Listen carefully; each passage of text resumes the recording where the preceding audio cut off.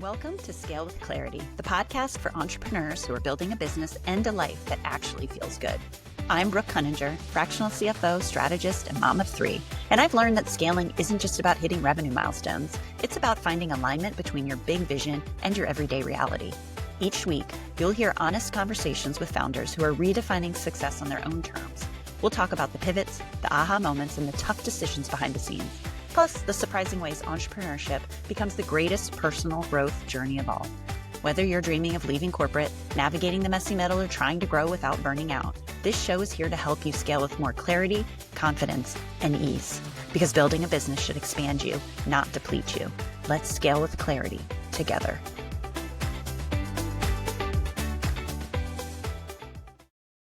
I know it's gotten a lot of buzz of late, but years ago I fell in love with the shift from work-life balance to work-life integration. And that's really what you're talking about is, this was, let's backtrack. When I started my first business, this was a family decision.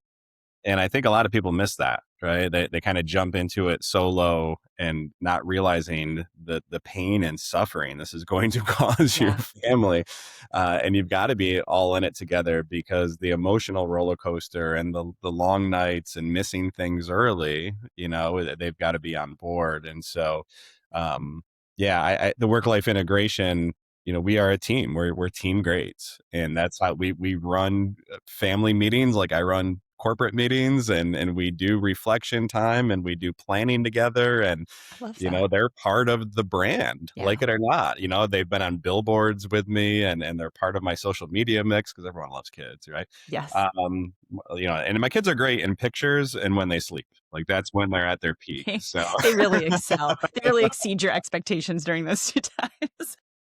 No, I love that too, because I think the thing that I left when my kids were, I don't know, my oldest was in elementary school still, and my youngest was 2. And so, but I think about the things that they've learned from me. I used to think I had a real ego about my title and my job, and was really cool to tell them, I'm really busy and I'm in all these meetings, but they didn't see it. I was going into an office. Like it was just really, it was ego driven, but now they actually see it and they're on my payroll too, because I have them helping social media and like little things, but they're learning from that too. They can reconcile QuickBooks for me because they know how to do Excel just as well, so it's fun getting them involved and they can see, because the other thing they're learning is that it's easier said than done. You hear it all the time, like there's no failure or whatever, but they really see that everything is a learning, like in terms of like, oh, that pricing didn't work or that client or whatever. You're learning what's working in the market. What do you like doing? And so school can be a box where they have to learn specific things, but there's a test that you get it right or wrong. And this is real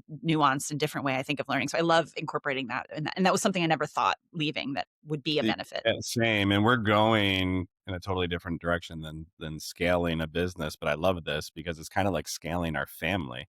And there's been so many life lessons, so many parental lessons I've been able to provide because I jumped into entrepreneurship.